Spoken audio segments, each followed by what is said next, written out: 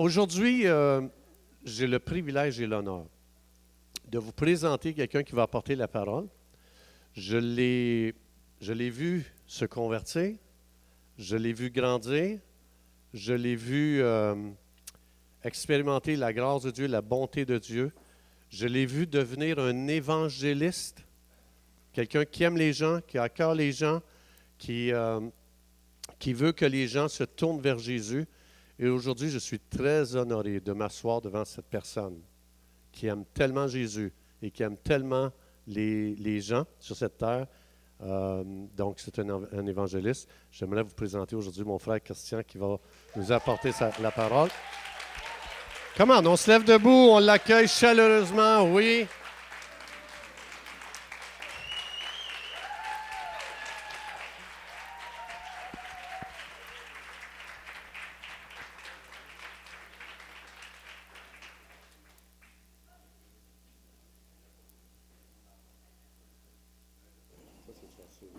Ça, c'est correct. Tout le monde m'entend?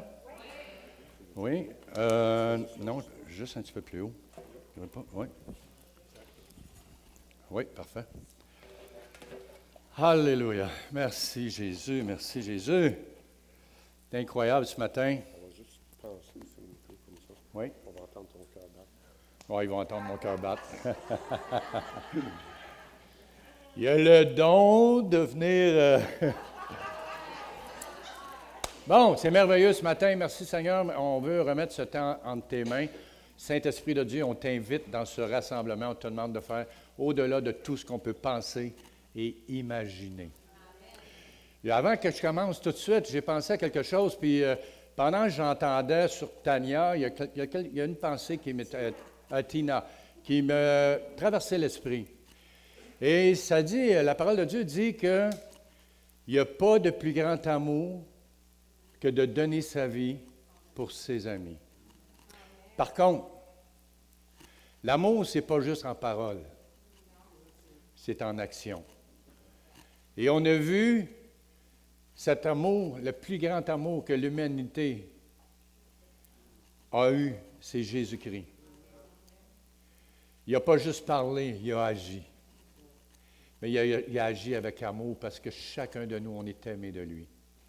On a le regard, Dieu a le regard sur chacun de nous. Et on n'est pas oublié de lui.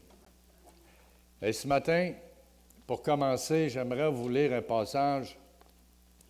C'est dans le psaume 102.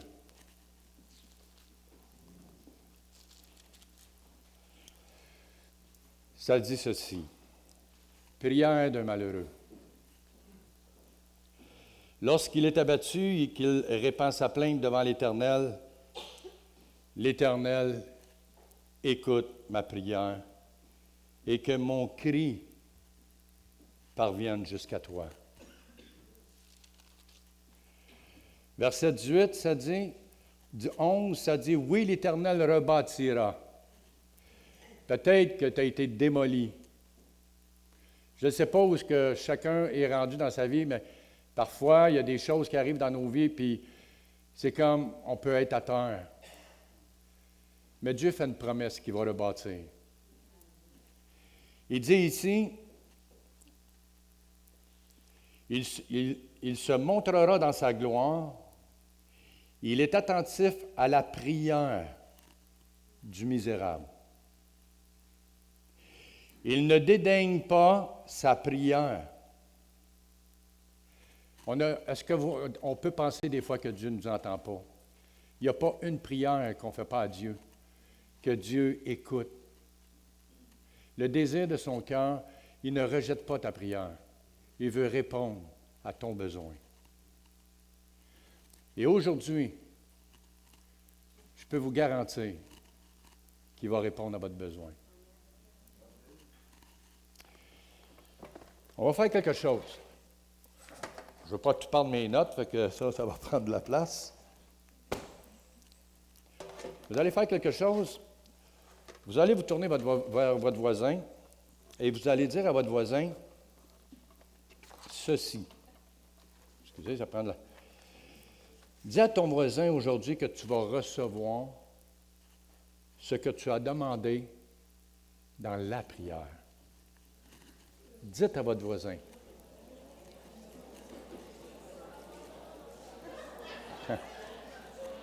Avez-vous demandé à Dieu? Moi, je crois de tout mon cœur que c'est le désir de Dieu de répondre à nos prières.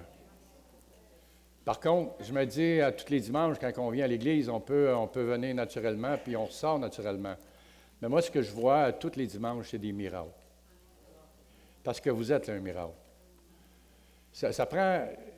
Pensez à ça, aujourd'hui, on pourrait être assis chez nous, puis rien faire, puis Dieu n'est pas là. Mais aujourd'hui, je suis convaincu comment que Dieu est fidèle pour nos vies. Mais j'ai pensé à quelque chose, il y a toujours... Mon message aujourd'hui, c'est les conséquences de la peur versus la foi. Parce qu'on a tous eu peur dans la vie, quelque part. On a souvent, ça nous arrive d'avoir peur. Mais vivre toujours constamment dans la peur, c'est pas normal. Dieu ne nous a pas créés pour vivre dans la peur. Deuxièmement, c'est que la peur aussi peut nous paralyser. La peur, c'est qu'à un moment donné, on n'est plus capable de fonctionner.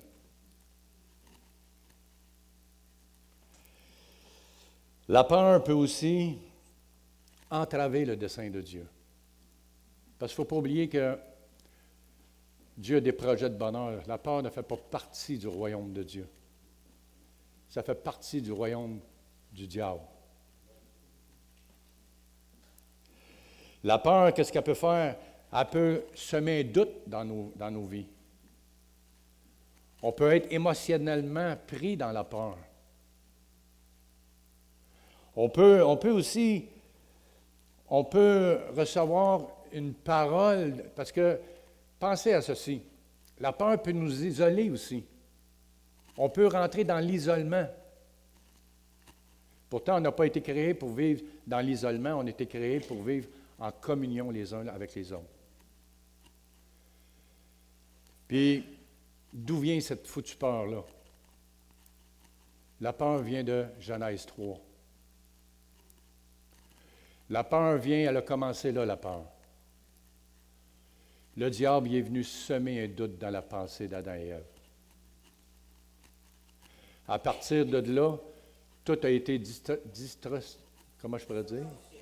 C'est ça, exactement. Mais voyez-vous qu'est-ce qu'a fait la peur? Moi, je me suis dit, cette semaine, j'étais à mon travail, puis il y a un monsieur à peu près de 75 ans, il s'en vient me voir, puis il dit, puis à mon travail, comme Régent a dit, j'ai l'opportunité de parler de Dieu un peu partout. Puis ça, c'est une grâce que Dieu m'a donnée, puis merci Seigneur. Mais ce qui est arrivé, c'est que le monsieur s'en vient me voir, puis il dit, Monsieur Cloutier, il dit, écoutez, il dit, il faut que je vous dise de quoi, puis je le vois de temps en temps, puis il dit, il faut que je vous dise de quoi, il dit, depuis la pandémie, il dit, on s'est renfermé, ma femme. Puis il dit, on n'a plus jamais ressorti de chez nous. Puis il dit, vous savez, il dit, avant la pandémie, il dit, moi, il dit, j'aimais ça aller jouer au golf. Je jouais au golf toutes les semaines. Mais la peur nous a isolés. Il dit, maintenant, je ne suis plus capable de marcher. Ma femme est rendue avec une marchette. Elle vit encore dans la peur. Imaginez-vous depuis le temps. C'est triste quelque part. Mais il s'agit d'une pensée. Si vous acceptez une pensée négative, la Bible dit, dans Proverbe 17.3, il est comme les pensées de son âme. Ça dépend avec quoi vous allez vous nourrir. Vous avez un choix. Dieu ne violera jamais votre libre arbitre. Mais Dieu vous donne l'occasion de changer vos pensées. Dans Romains 12, 2, ça dit « Soyez transformés par le renouvellement de la pensée. » Si je ne suis pas transformé, si je ne suis pas renouvelé, ce qui va arriver, c'est que je vais vivre dans la peur. Peur de manquer d'argent. Hein? Souvent, ça nous arrive. Peur de perdre un conjoint. Nommez-en des peurs. Peur de tomber malade. Comment de gens, ils ont cette pensée avant même qu'ils ne sont même pas malades. Mais ils disent, ils confessent de leur bouche. Je pense que je vais être malade.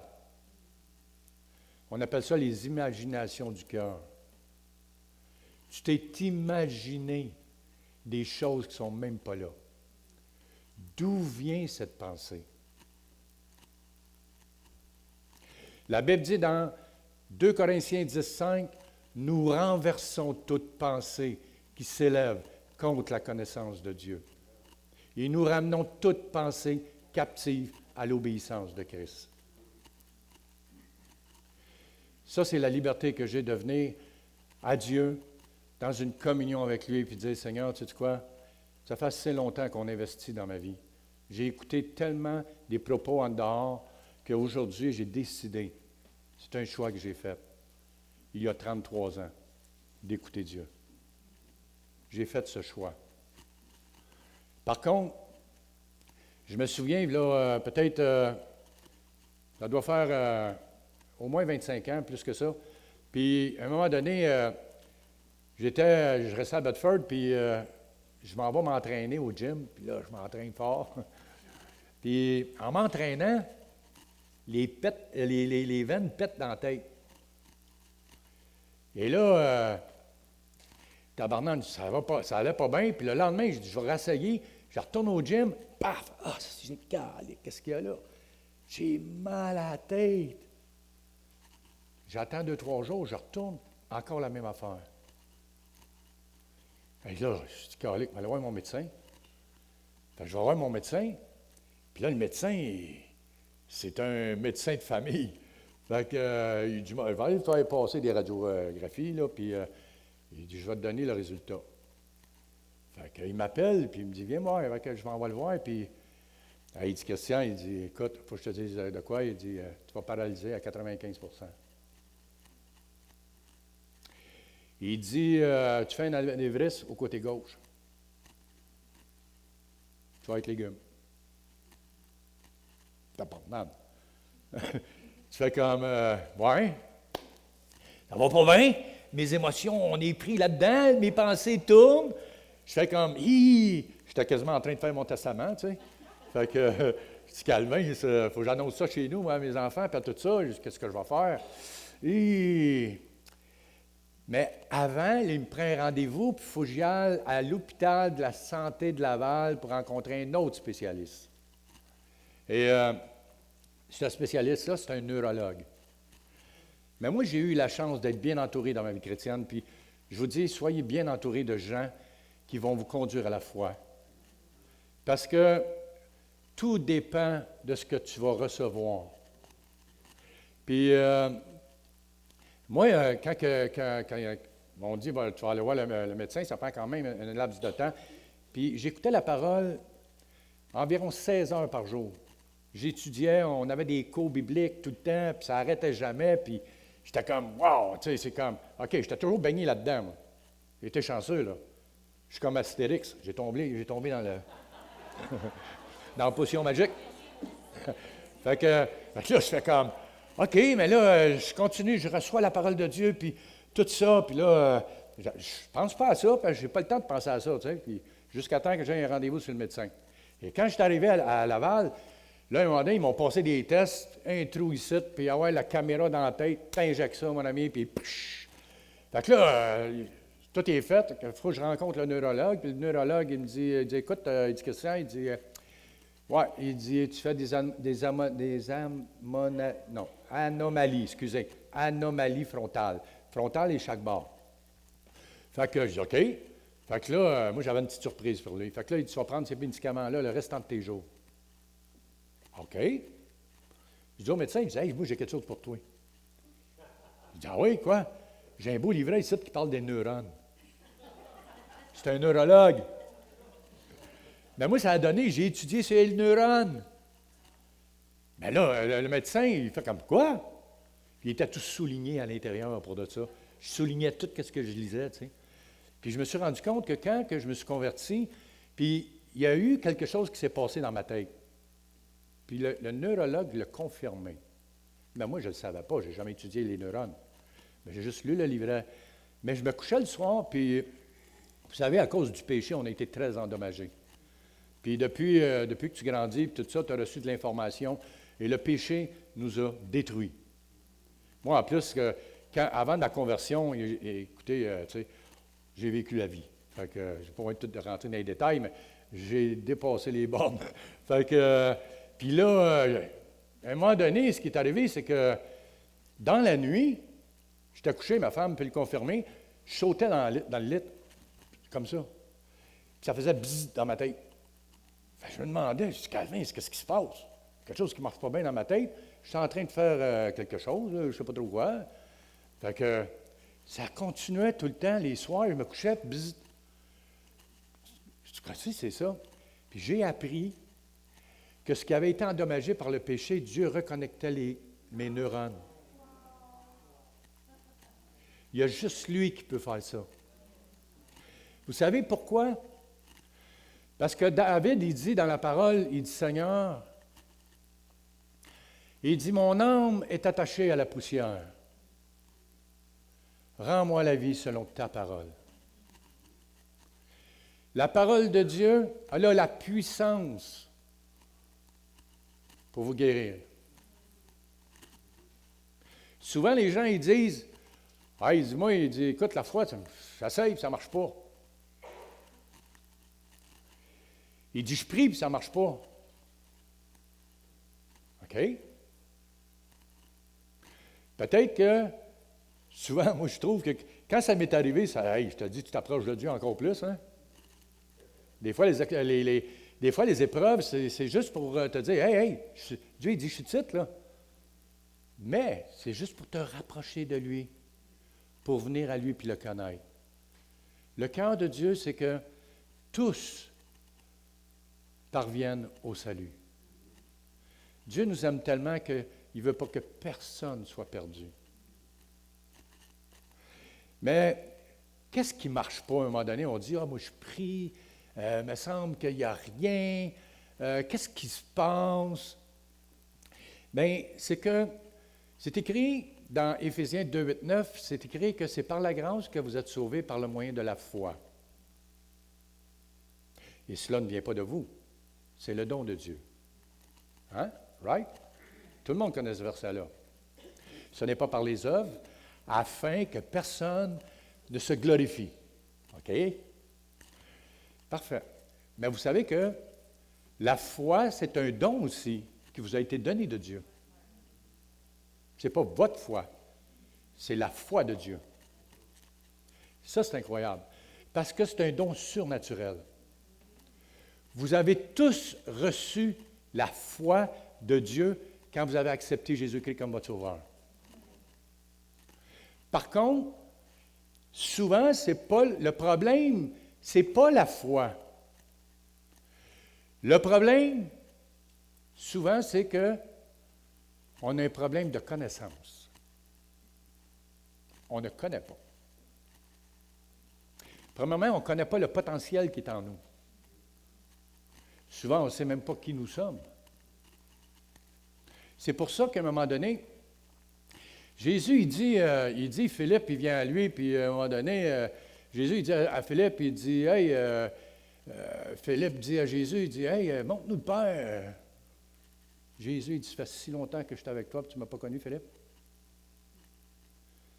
Des fois, on peut être aux côtés de quelqu'un sans le connaître. Puis là, je me suis dit, Seigneur, c'est incroyable, hein? C'est fou. Rappelez-vous ce que j'ai dit tantôt au commencement de la prière. Puis en passant, Pour la peur, je veux juste revenir, puis après ça, je vais revenir. Des fois, je m'égare, mais c'est pas grave. Mais dans 2 Timothée 1,7, je crois, c'est écrit que Dieu ne nous a pas donné un esprit de peur, mais un esprit de force, un esprit d'amour, un esprit de courage. Il faut toujours penser que l'esprit qui m'habite, c'est le même esprit qui a ressuscité Jésus-Christ d'entre les morts. C'est incroyable. Quand on dit, la Bible dit que dans Colossiens 2,9 que nous avons tout reçu pleinement en Jésus-Christ. Donc, il ne vous manque absolument rien. Dans 2 Pierre, il dit, je ne sais pas si je l'ai avec moi, mais je pense que Pierre, il dit une chose ici. Puis il dit, Simon Pierre, serviteur et apôtre de Jésus-Christ, à ceux qui ont reçu en partage une foi du même prix. Mais dans Louis II, je pense que c'est écrit identique. Vous avez la même foi que Pierre et Paul. Des fois, les gens ils disent, Seigneur, augmente-nous la foi. Mais non, ce n'est pas augmente-moi la foi. Paul prie que tu aies une révélation de la connaissance de Jésus-Christ. Il n'a jamais dit, hey, je vais prier pour que ta foi grandisse. Non, c'est ton âme qui doit grandir. Il y a un passage ici que ça va dire, à un moment donné, je vais vous parler de Marc 9. Mais dans Marc 9, on voit que Jésus était sur le mont de la Transfiguration. Et avec lui, il y avait Pierre, Jean-Jacques. Puis dans Marc 9, vous pouvez voir que c'est dans Matthieu 17, puis c'est dans Luc 9. Par contre, Jésus, c'est écrit qu'il est sur le mont de la Transfiguration, puis à un moment donné, il dit aux boys, il dit OK, parce que je ne compterai pas toute l'histoire, mais il s'est dit que Jésus il dit on va descendre en bas. Puis quand il arrive en bas, je vais vous le lire, c'est trop bon. Fait que ça dit ceci. Lorsqu'ils furent arrivés près des disciples, ils virent autour d'eux une grande foule. Puis là, ça dit, et des scribes discutaient avec eux. Dès que la foule vit Jésus, elle fut surprise et accourut pour le saluer. Il leur demanda, sur quoi discutiez-vous avec eux?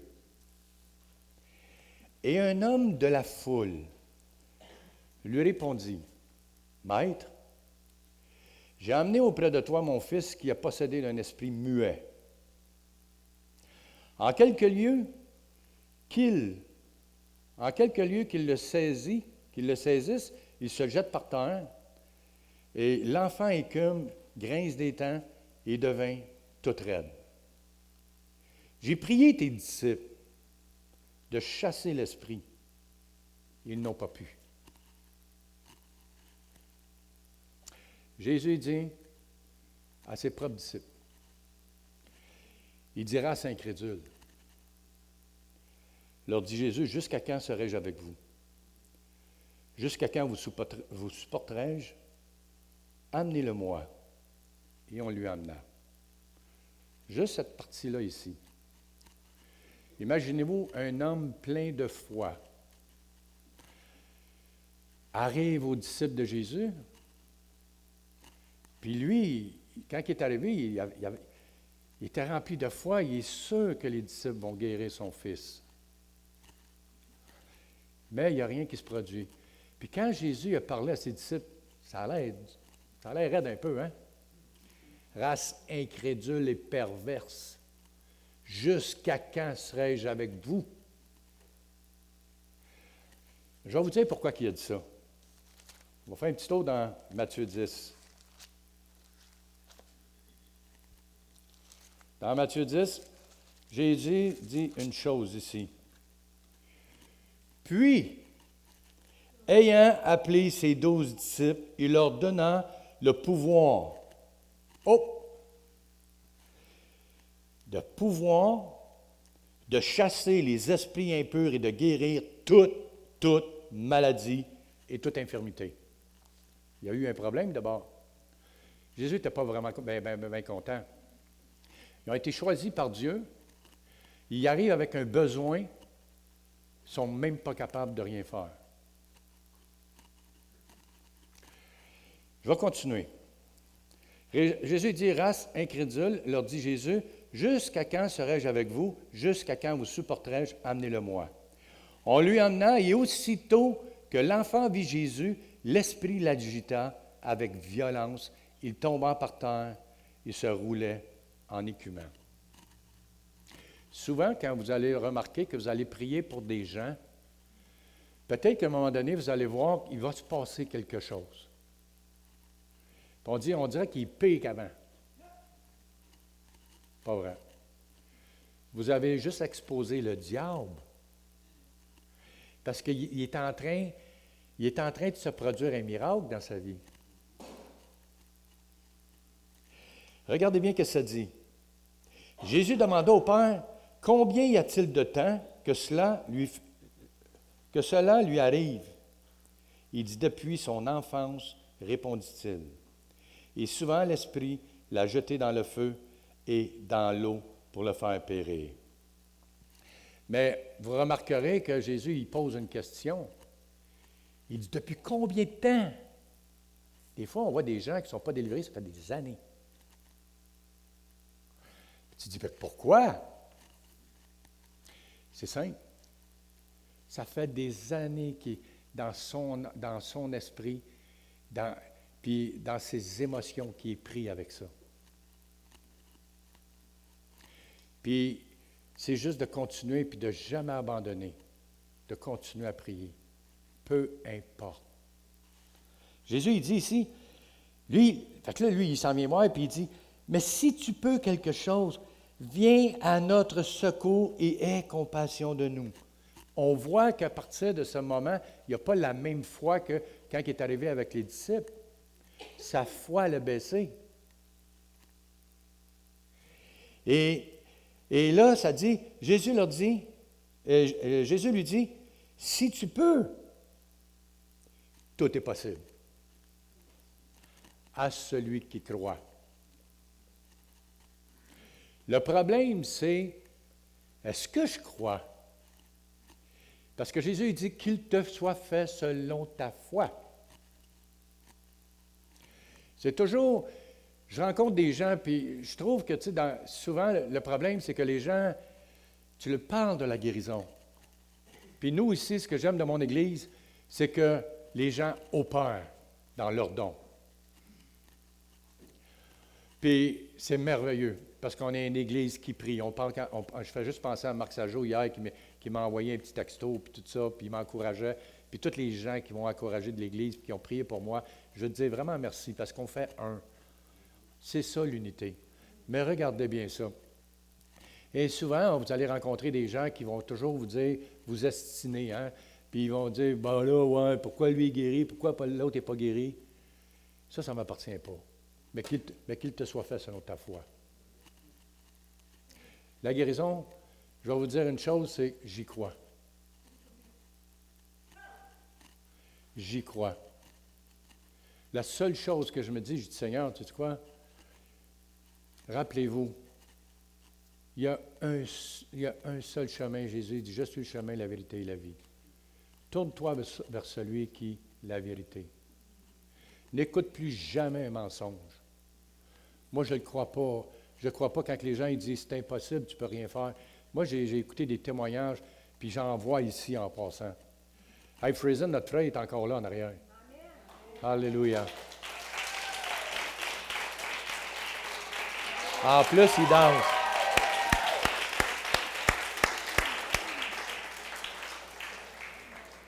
Fait que, ce que je veux dire, c'est que utilisez. Si vous ne voyez pas des choses qui se passent dans votre vie, prenez autorité. Vous avez reçu une autorité. Il y a des lois qu'on appelle. Il y a une loi physique, puis il y a la loi spirituelle. Puis, cette loi-là, Dieu vous a donné ça. C'est à vous de prendre position.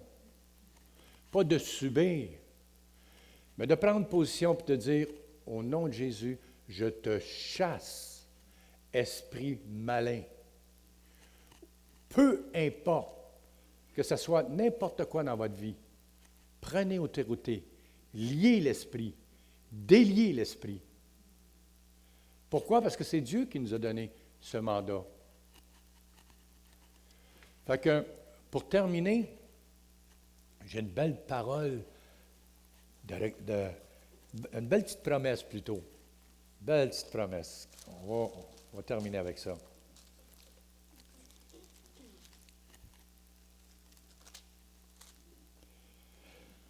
OK. Fait que, ça va être merveilleux. On va mettre en pratique ce qu'on a entendu. Vous vous rappelez, tantôt, j'ai parlé de au commencement. Au commencement, j'ai dit, vous allez recevoir ce que vous avez demandé. Et ça dit ceci.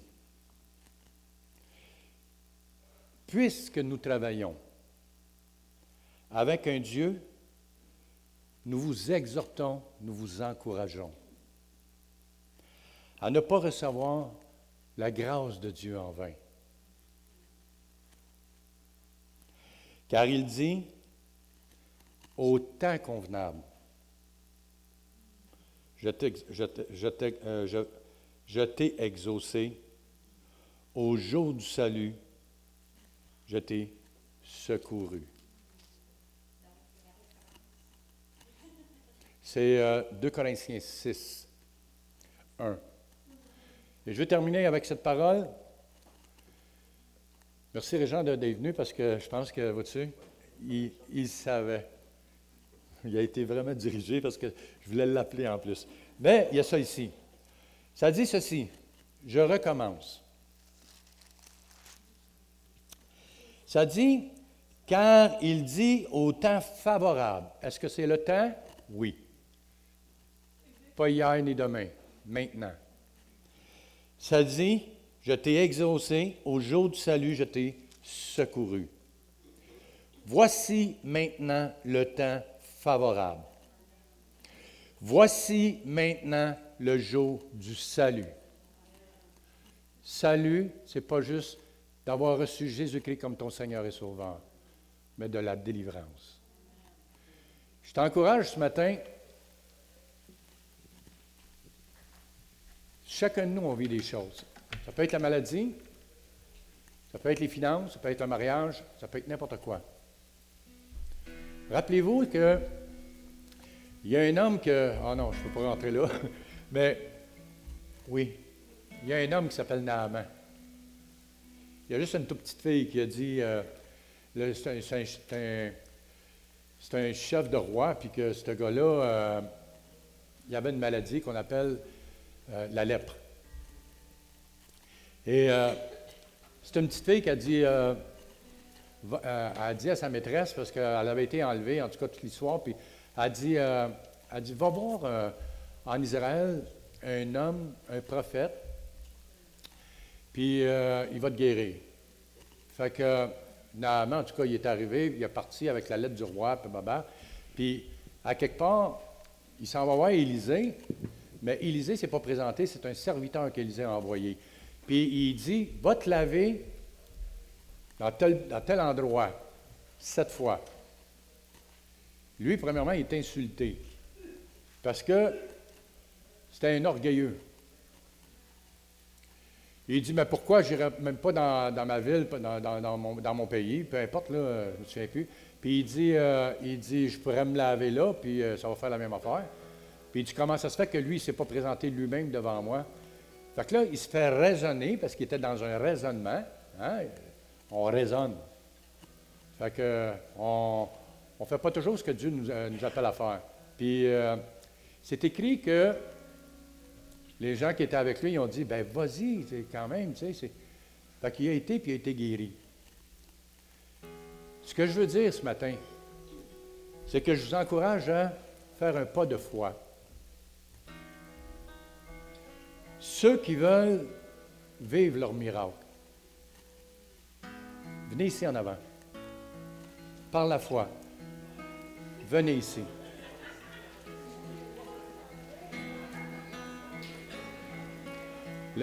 Que personne ne soit intimidé. Le Seigneur est là. C'est son Église. Vous êtes ses enfants.